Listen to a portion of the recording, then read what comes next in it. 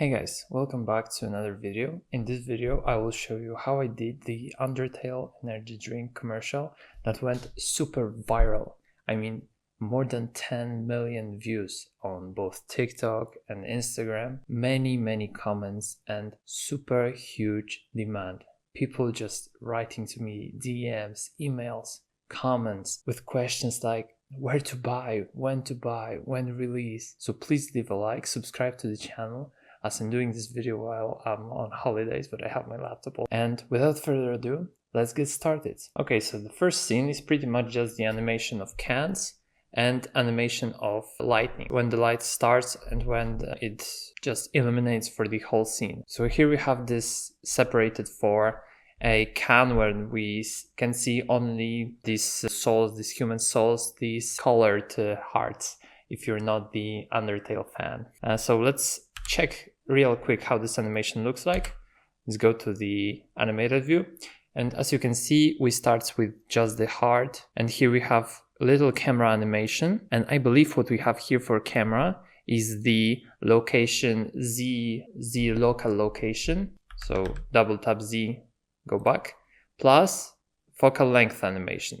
So we have a little shift in the focal length because, as you can see in the first shot, we have 90 millimeters, which is more flat. I could use this word here. So we have more like a flat lens, and here we have shift to something like 44 millimeters. As you can see, we go here and go back. And here we have the animation of cans. And the way I did this animation is pretty simple, and this could be a pretty good tip for anyone who likes to do some kind of motion graphics and stuff. Okay, so here's how to easily offset your animations. So let's just add a few cylinders. So let's say these are our cans, and let's just animate these on the Z axis, and then we will take care of offsetting the animation using the Commotion add-on. So I have my keyframes set. Now let's offset these. So I select all of my cans, go to Commotion, and here in the Commotion tab where you have the offset, you basically choose the number of frame that you want to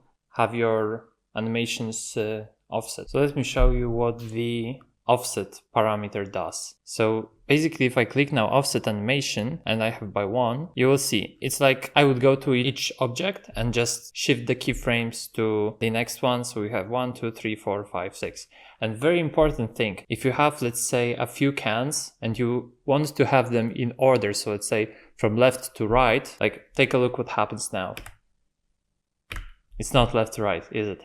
So in case if you want to have this from left to right, you have to, unfortunately, rename your objects. So if I would now go and rename my cylinders, so let's do this real quick. Okay, so with my cylinders renamed, let's now let's go actually with offset 5, offset animation, and play. Perfect. So that's how it works. As for this floor where we have these circles opening and the cans are going up, it's not really visible in animation, but I can show you how to do this in case you want to use it for, I don't know, perhaps some other project. So really simple thing. All you have to do is to go with plane, and here you can cut your holes with either boolean, or if you add a couple of loop cuts like this and that, and you can go to the vertex in the middle and go with, it's basically called bevel vertices. So you can find it by going F3, I guess, F3 and bevel vertices. And with the scroll, you can add the segments. So let's go with something like this. And with this selected, you can go with right mouse button and loop tools, circle. To get this option, you have to go to add-ons and enable add-on called loop tools. It's built into Blender, so no worries. And now with that pretty nice circle, then you have to open this. So to close this hole, you have to slide the key 1. This will be our shape key for closing this, all the way to 1.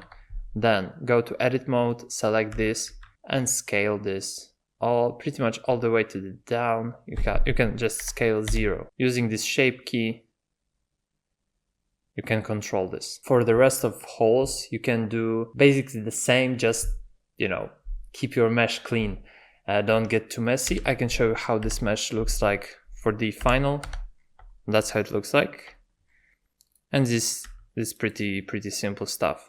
Like you see, you just have to get your loop cuts there and it will be fine. Later, when you position your cans like here, on this design, as you see here, then you will have to go to edit mode again and just position your holes, as you see here. You can just, with C, let's say, select these and just place them wherever. So that's how it works here. And for the rest of animation, as you can see here, we have some lines. And these lines isn't any bug, it's something called motion paths.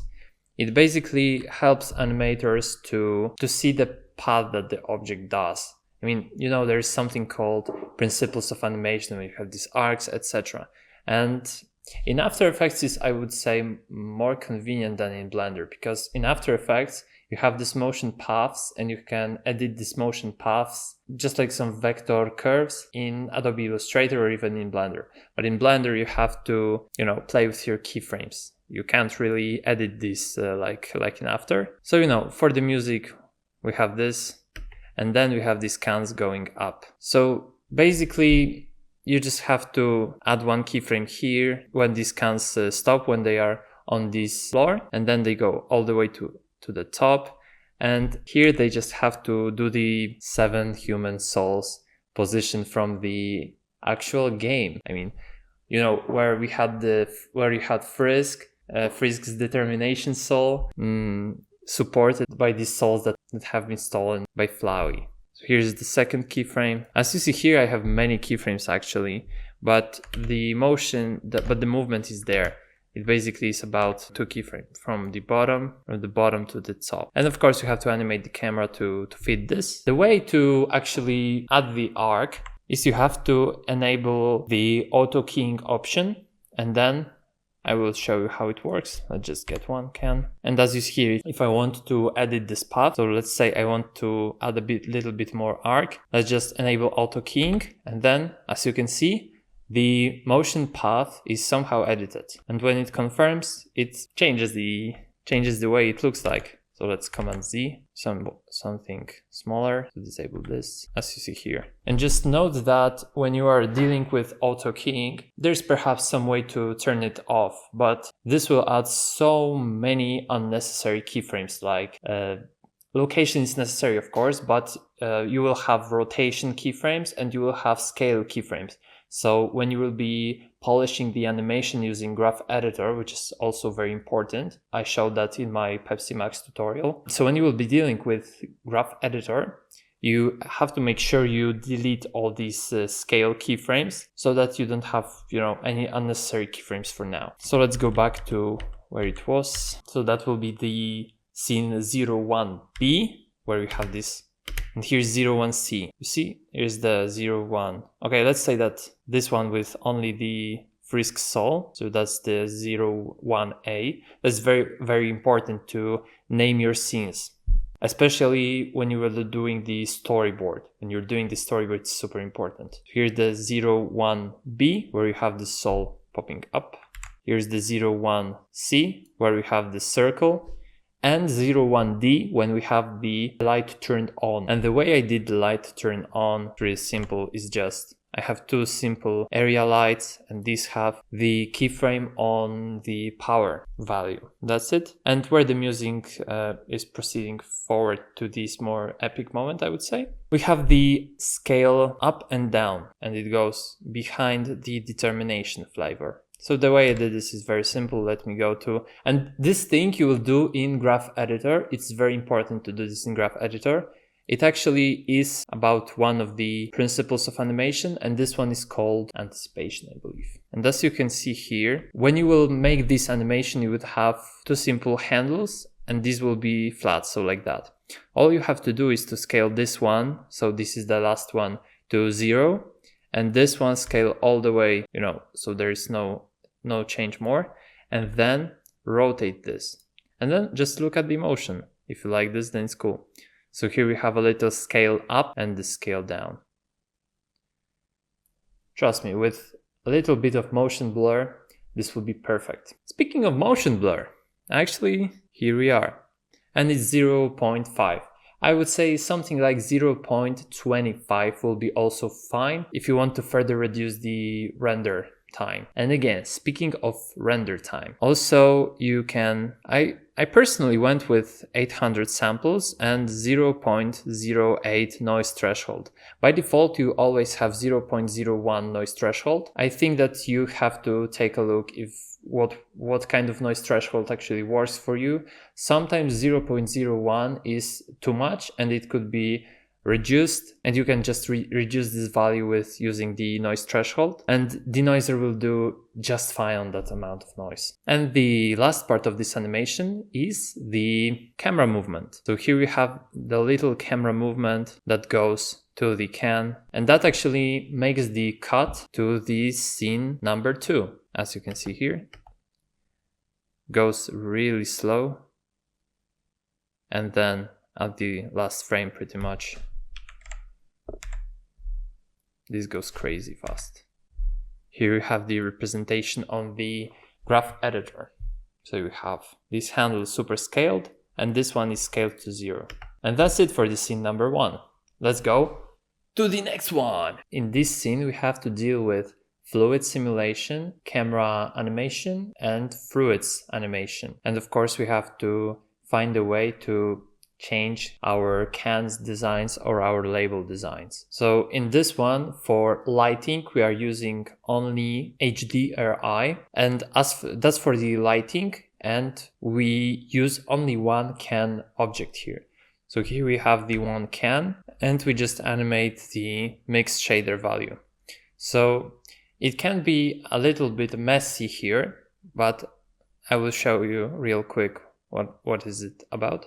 So as you see here, we have the red label, that is the determination flavor. Here we have some cans normal map, so that's for the model. So let's say we have the determination flavor, and here we have the mix shader, and we want to switch from determination to patience, which is the cyan color. Here we have the patience flavor, determination flavor, and we have the mix shader in between. So as you see here, we have the green lighted, the factor value, which means here we have the keyframe. So let's go to the place where you have the shift, and we have the shift of colors of the can, the label, and we have the shift of fluids. So let's start with how to make this shift for the can.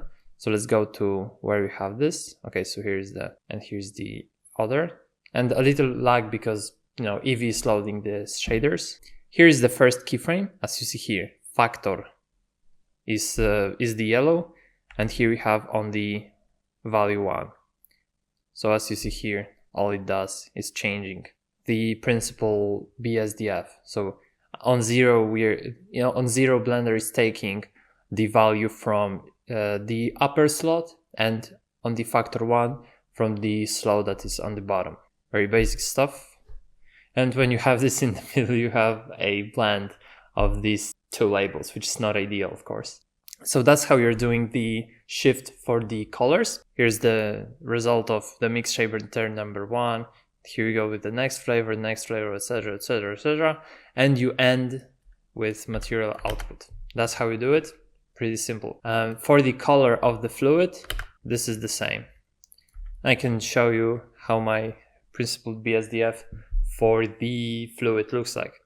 So we have a little bit of subsurface, very saturated color, no roughness, transmission 0.89, and that's it. And rest fluid is just the differences in the color. And here you have the same principle. So we have this kind of stairs made out of mixed shader, and that's how we do it. And when we have the switch of cans, we have the switch of cans, have the switch of color of the fluid, and we have the switch of fruits.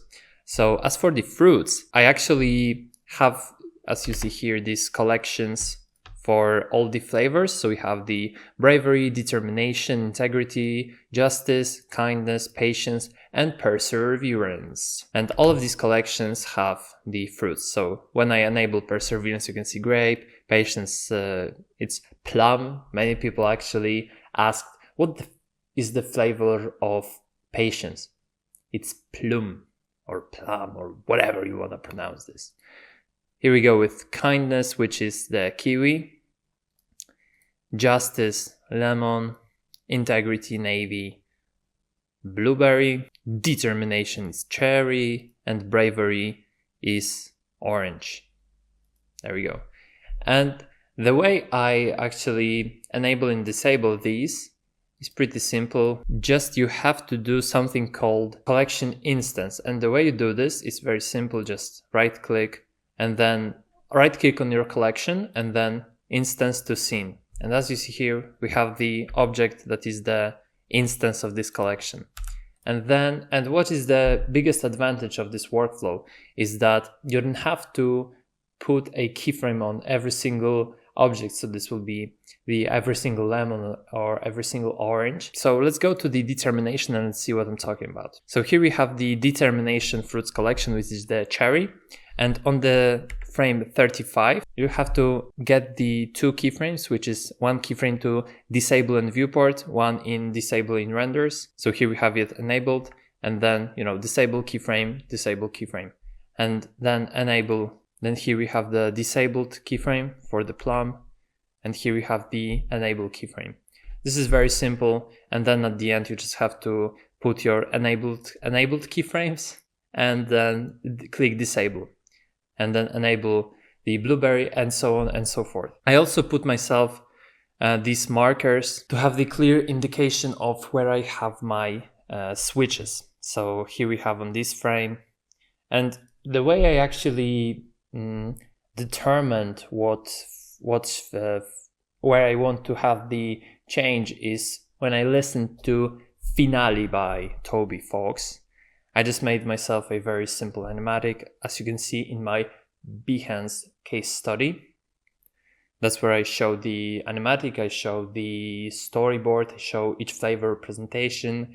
I show also this in the way that is, I believe, very friendly for any Undertale freak up there, because it has some Undertale foolishness, as one of the guys that commented or wrote me a DM put this Undertale foolishness. I believe it's very accurate. So the way you add markers is just you have to select your timeline and click M. And that's it. You can rename this using F2. Do whatever you want. Another thing for the animation is actually the fluid simulation. So like in every single fluid sim, you have to test your things out. Okay, so here you have our time scale. And as you see here, once the fluid hits the can from the back, let's put me real quick on final. As you see here, when it hits, it's immediately put from the value of 1, which is default, all the way to 0.05, so that this fluid goes just fine to the end of this 154 frames animation, which is pretty long for this one. And that's pretty much this for the scene number 2. Let's go to the next one. All right, so here's the next scene. Actually, the next 2 scenes that are the basic can spins. And these scenes are very important because they show the product. So as you see here, we are doing one simple rotation for this one. So here we have these Undertale text. We have the description of the soda that we have here, which is low-calorie cherry flavored soft drink with sweeteners. And here we have the Toby Fox, and we end this with very fast, very dynamic rotation. Makes it very easy to do the cut to the next scene, in which we are showing the blinking flowy. And the last thing I want to point here is how I did droplets in this particular scene. And because we are only showing the top of the can, I added droplets only on the top of the can. I mean, why should I do droplets on the rest of the cans if it only adds the extra geometry that has to be processed within Blender. And the way you do this is in the droplet generator. In weight map you go to group, so you have to add vertex group, and then you have to select where you want your droplets to be. So as you see here, these are vertices added to this group, and only there my droplets will be assigned to vertex group. Just close, go to your droplet generator, and then in weight map you have the value of 1, so you have to click this this plus or cross and change to group. And as for lighting, I actually went with pretty crazy setting, but this lighting is all about these gradient lights and these planes that I showed you in Pepsi MAX commercial, so nothing new. And very important thing for this one is to again enable motion blur. With such a fast, such a dynamic animation, this will look very choppy when you don't enable motion blur, and motion blur smoothens it very much. And here we have shutter of 0.3. And for this second scene with blinking Flowey, I actually didn't pack this file, so let's remake this real quick. Okay, so I finally ended up doing this very different way that I did this when I was doing this project. Actually, the animation of blinking Flowey is just 2 frames. One frame where he's, smiling, and the next frame is when he's doing his winky winky. That kind of stuff. So in Photoshop, let's just take any Flowey winking image you can find on the internet, and let's cut the unnecessary black space. And now let's just put the Flowey on top of the one that's not winking. And the way I suggest you to do is just put some opacity, put the opacity down, and try to align our new Flowey with the one on the original layer. But just try to match these bottom points, because what I figured out is he's doing some, he's just smiling and he's doing that downward movement. So let's say this is our pivot point in this case. Let's try how it looks like. Looks fine to me. Let's just export this thing out. So let's import our 2 labels. And the way we'll do the switch between the smiling Flowey to blinking Flowey will be the same workflow we used for changing these fluid colors, etc. Just now we want to go with mixed shaders. We're not mixing shaders, which are these green nodes. We will do mix. And very important thing is to go to mix color. Plug color to A, color to B, and result to base color. And let's take a look what we have. And as you can see here, with our textures plugged, you can switch the factor from 0 to 1, and you have the blinking Flowey. And to make this happen, let's actually revise how this animation looks like. So here we have the slowdown, and then again the acceleration. So let's swap our Floweys. Okay, so in our animation we have this slowdown here. So let's animate the factor value from 0. And very important thing, let's have the factor from 0 to 1 on the one frame and then on the another frame, so that we don't have any interpolation, we just have a frame by frame movement. And let's see how the animation looks like. There we go. Here we have our blinking Flowey. And like in the previous one, motion blur and the way these droplets are generated. So only on the part where we have our camera looking at the object. There's no point in generating more than needed geometry. Okay, so here we go with the first scene from this super fast, super dynamic fluid simulation. So the first scene is opening the can. So let me just go through this fluid simulation setup. So let's disable the lighting. Alright, so let's go through this. So here we have our domain and the fluid. The fluid object is made so only where the can is open, so through this hole.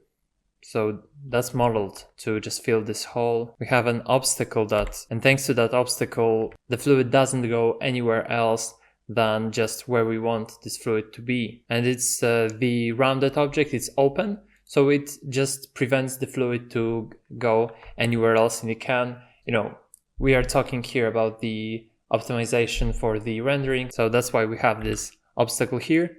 Another obstacle, this one is animated, and the animation is basically very fast keyframe, up, down and up. So, you know, we are pushing the liquid to go to the top.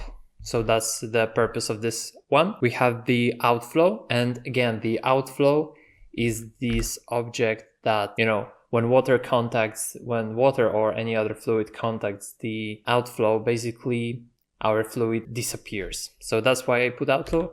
Again, this is for the performance. And we have an object called proxy can.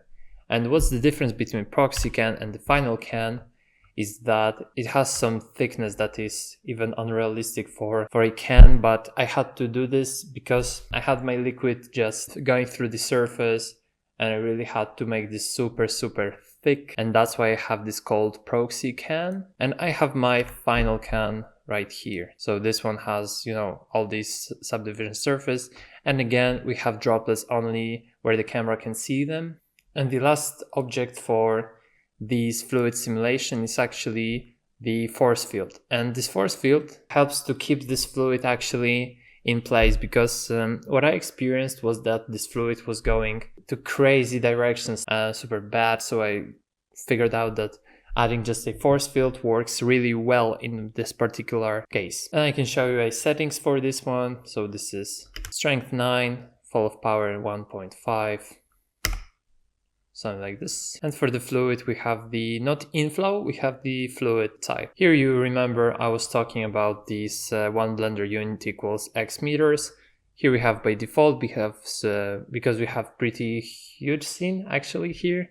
For gravity, I went with custom to just add some more gravity. So as I told you with this force field object, I had to put this because it was going really crazy. So I even went crazy with adding more gravity. And here's the force field resolution. It's set to high again to save some time on baking. Here I added also some thickness. The material for this one is the same as in this fluid. Yeah, in this case I put one in transmission because it look much better in this case. And that's it basically for the fluid. What I would say is to check how this setup looks like and just, you know, experiment with your stuff. This could look pretty complicated at first glance, but actually it's just, you know, troubleshooting, just like you do with your computer or whatever you are doing here in your time.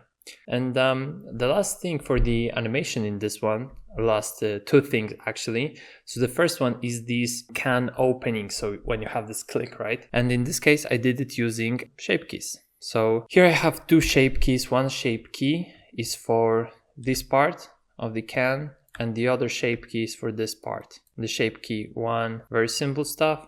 And just, you know, you go to edit mode, you set the shape like I showed you. And the good thing is that the way you should do this really is you have to put your 3D cursor right here. So where in real life you'll have your contact point, I would say. You know what I mean? Here's the contact point, here's the 3D cursor. So just, you know, and we're done. And the other shape key is for this part of the can. And another story, here you have to do it with some rotation, and you have to get your pivot point on 3D cursor. Plus you have to also work a bit with move to make sure this looks really good. And the last thing here is to work with the camera. So the way I have the camera animated here is basically it's parented to the empty, and then the empty is rotating.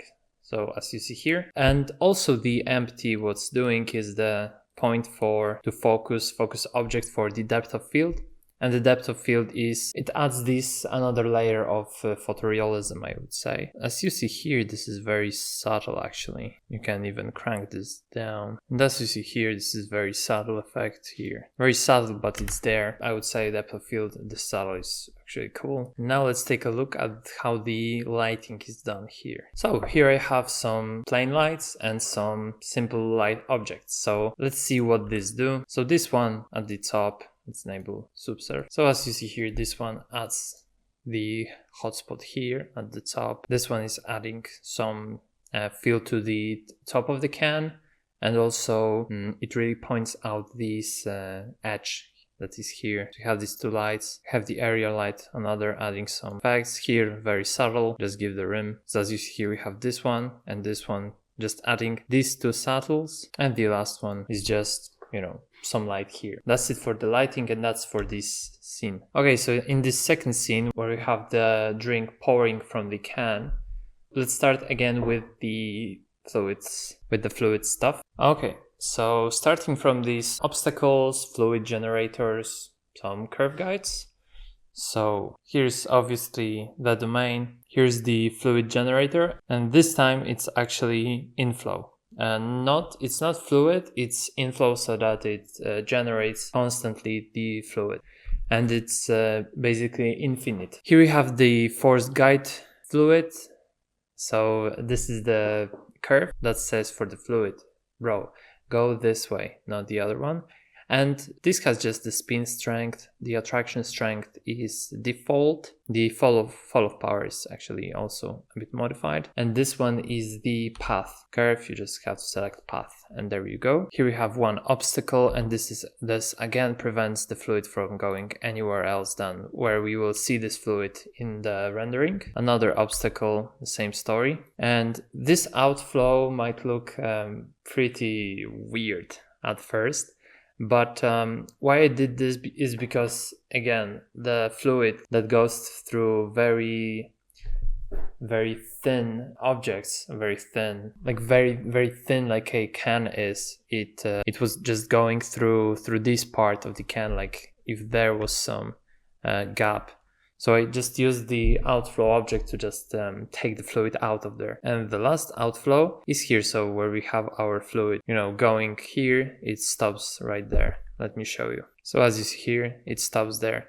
Again, this is for the performance. And the last thing I did here was to add some additional bubbles using the geometry nodes. I felt like it's not enough, so what I did was very basic setup. Let me show you this one real quick so that you can copy this. And what this one does, it basically, you know, generates this curve of infinitely going bubbles.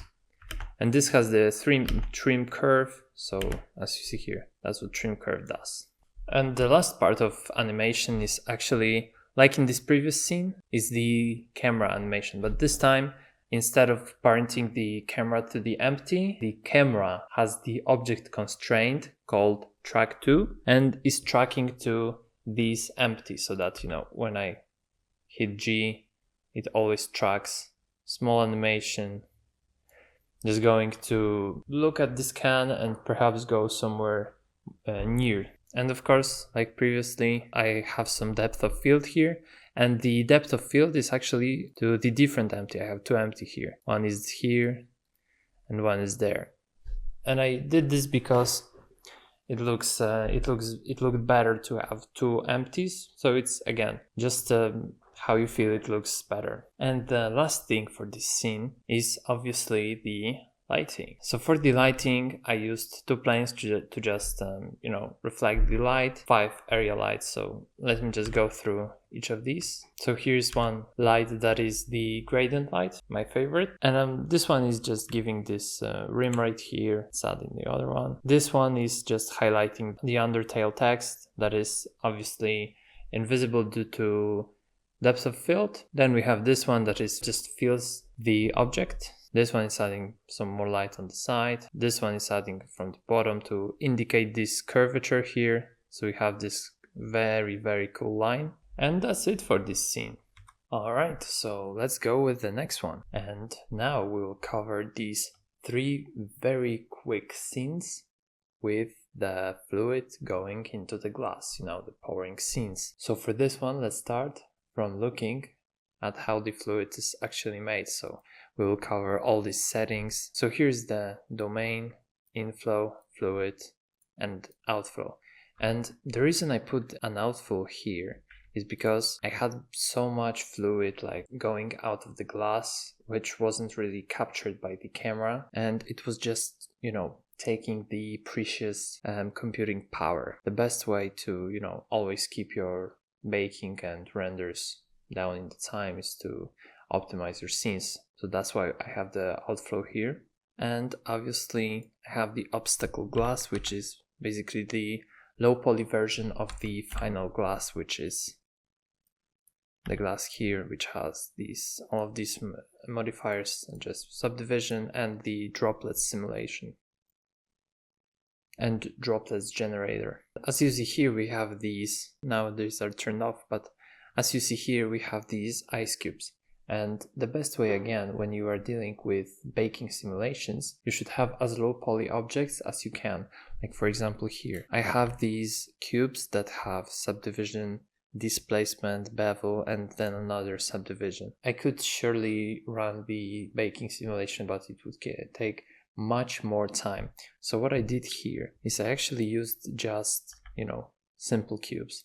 So I basically duplicated this ice cube collection and deleted all the modifiers and just left this as, the basic cubes. So that's it for these obstacles. And I also have one object named NURMS path, which is the force field, the curve force field, and these are pretty standard settings. Attraction strength is default, flow is so high, and spin is also pretty high, but these are very dynamic scenes. And also I wanted to have as much splashes, all that kind of stuff as possible. That's why I exaggerated so many settings here. So let's go and take a look at the domain settings. Grid resolution 280, of course flip, and the world scale is even decreased to 0.8 because it was too big. Like you see here, 14 meters high. That's so much. So I could go down here. Also with bubbles, I had so many bubbles, so I didn't have to go super crazy here, because using these settings you can actually get more white water generated, which results in more bubbles, more foam, etc. Like if you would do some beer pouring animation, this would be really cool to really go low or high in this.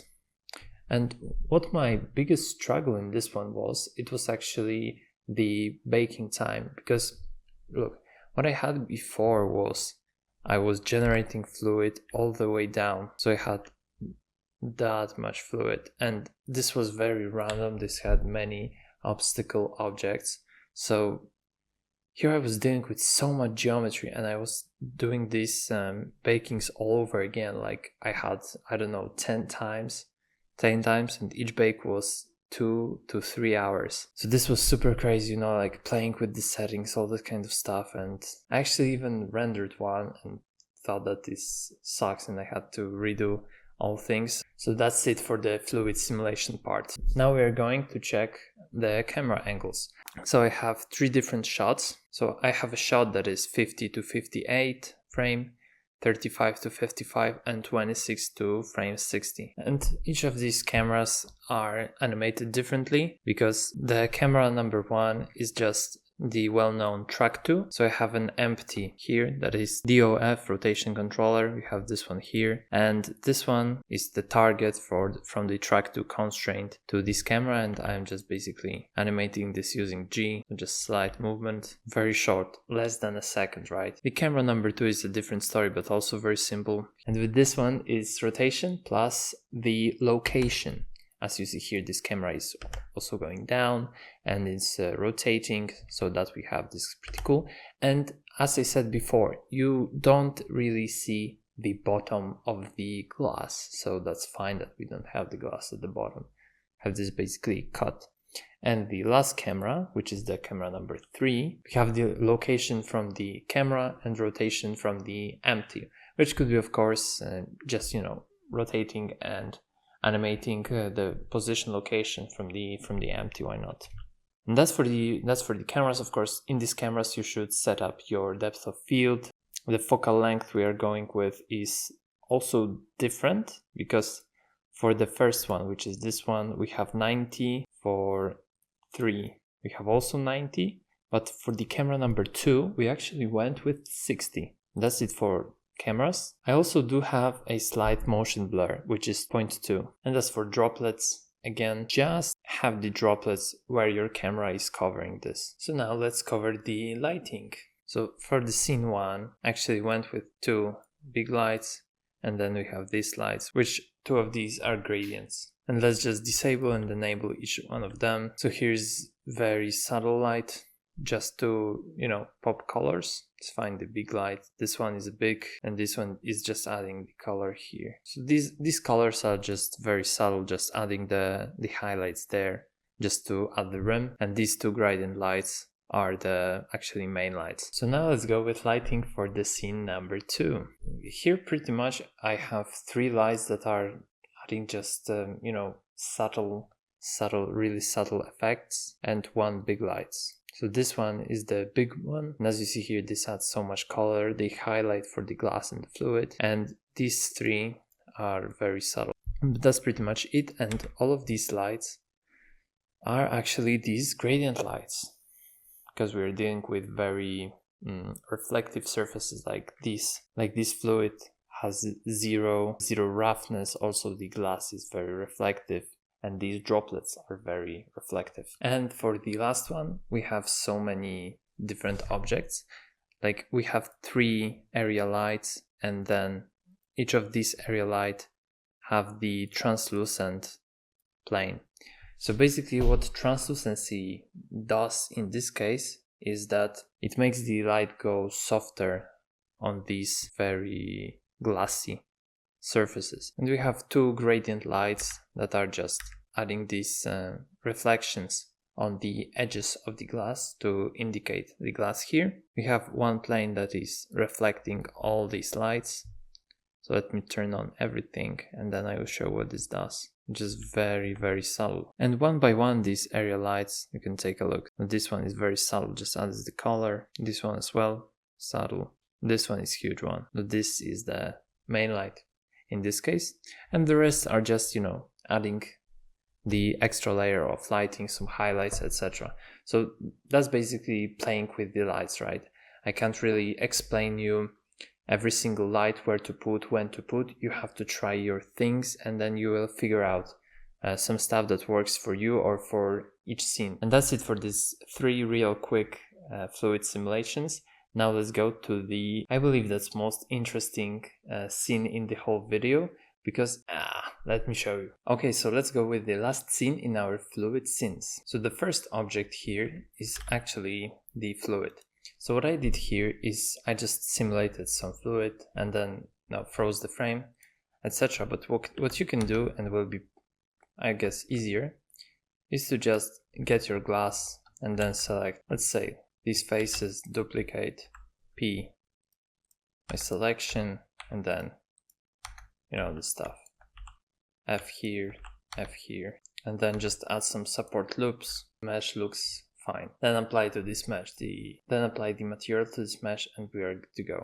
And the next layer is actually the material used in this fluid, because take a look. We have this very little ripples, as you see here. And when I play, here's probably, as you can see, these are pretty randomly going here and there. And when you get your soda, and when you take a look at the surface, actually, you will see this little, very tiny. How I did it actually was, I had this add-on called Sanctus, and then I had the rain shader that is for surfaces, and I just used the normal layer to just get these ripples. But I found one tutorial from CG Matter, so I will link this one in the description. So the next layer is the foam, and I of course could go with the procedural foam, but I found this is very heavy for my computer, so I went with just the PBR texture from Ambient CG, I believe. And I found one foam, just plugged it, played a bit with the color. As you see here, I added some, red color to this one. And of course, we have 6 levels of subdivision, because here we are basing on the displacement value. And take a look at the rendered view. As you can see, it looks fine. So that's the foam. I have also some ice cubes that are just, randomly placed. And then another very important layer is these bubbles that are jumping here, as you can see. And again, when you get your soda glass, you will notice that there are these bubbles, like just super bumping when the soda is really fizzy. So especially when you have like sparkling water or some soda or energy drink, something like that, and you really wanna get the feeling of thirstiness in the viewer, this is a very good idea to go just get these bubbles. And the way these bubbles are done, it's with geometry nodes. So here's the geo node setup. It's very simple one. I found this somewhere on YouTube. I'm sorry, but I don't remember the creator, but you can just take this one and go ahead and apply to your animation. And what this is basically these are bumping to the top and going to the bottom, and this is just infinity. Next layer is actually below the surface of the fluid, and these are when you get your soda again, you'll see these bubbles that are just going, and then we have this like ripples on the surface, and then we have these bubbles going up like you see here. And this one is did similarly, just the difference is in float curve. Again, you can take a look at this setup. And again, droplets, just so these are visible in the camera, no more. So now let's go with the lighting. And in this one, actually, the lighting is very simple because it's just two lights, and both of these are just emission planes. So this at the top, let's see.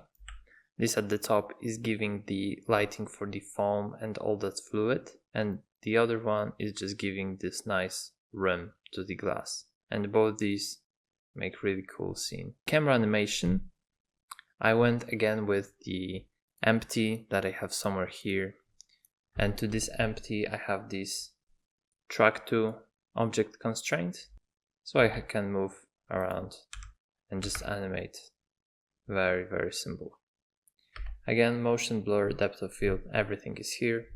So we're good to go to the last scene.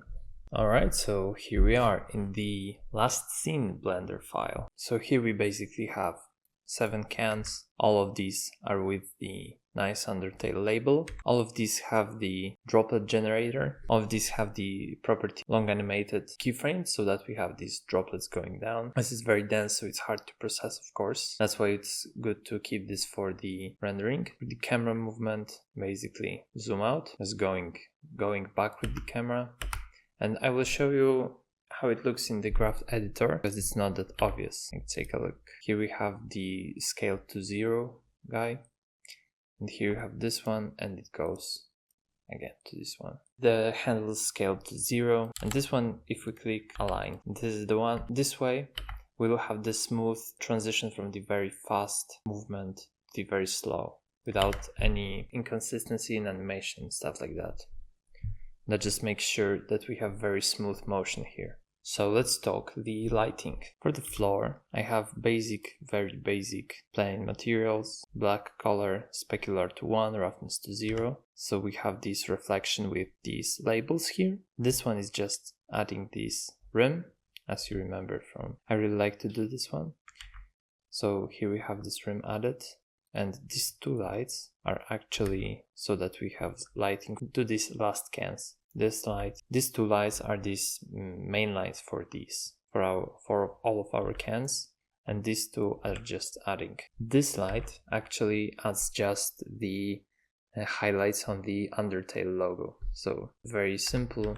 I had just a plain added the bevel in the middle, and that's it. And of course, all of these lights are the gradient lights. So we have smooth transitions. There's not really much to talk about in this one. This is very simple. Again, we have the motion blur set. We don't have depth of field in this one because we want to portray every single one of the cans. That's it for the Blender part. Let's go to After Effects. Alright, so welcome to the After Effects part. This part is very straightforward, as we are just adding our rendered scenes to the timeline, adding some effects and just some basic color grading and transitions, music. For the first scene, I added my favorite effect, which is Lumetri color. That allows me to adjust the exposure, contrast, highlights, that kind of stuff, and the sharpen. Plus I used the glow effect, which I animated because I really wanted to have my heart, blooming. So here we have it. When the light is turned on, we have the glow going down. In the next scene where we have colored cans, I went with lumetri color and selective color, and I separated my scene to different colors to have a bit more control on what color I have, and I used solids with gradient ramp to get the background down. For these two scenes where we have the spin, only lumetri color to sharpen, adjust exposure, etc. And I haven't covered this scene in Blender because these are just, pre-rendered images that are appearing to fit with the beat of the finale song. As you see here, when you have this dun, dun, dun, dun, dun, I have just black solid that animates the opacity value. And for rest of these shots, just lumetri color, hue saturation, lumetri and hue saturation, same story. So as you see here, it's just all about adding the sharpen effect and adjusting some colors, exposure, lighting. This one is pretty cool. Actually, it's my favorite scene from the whole video. And here we have the last scene. Just lumetri color, hue saturation value. These are the two effects that I love. And for this, basic text. And we go all the way to the end, available for freelance projects. So that's it for the After Effects part. Thanks so much for watching this video. I hope you really like this. If so, please leave a like, subscribe to the channel, and share your thoughts in the comments section. Please also follow me on my Instagram, as that's the platform where I'm active the most of the time. So if you have any comments, any questions to me, you can reach out to me in DMs. Thanks so much, and see you in the next one.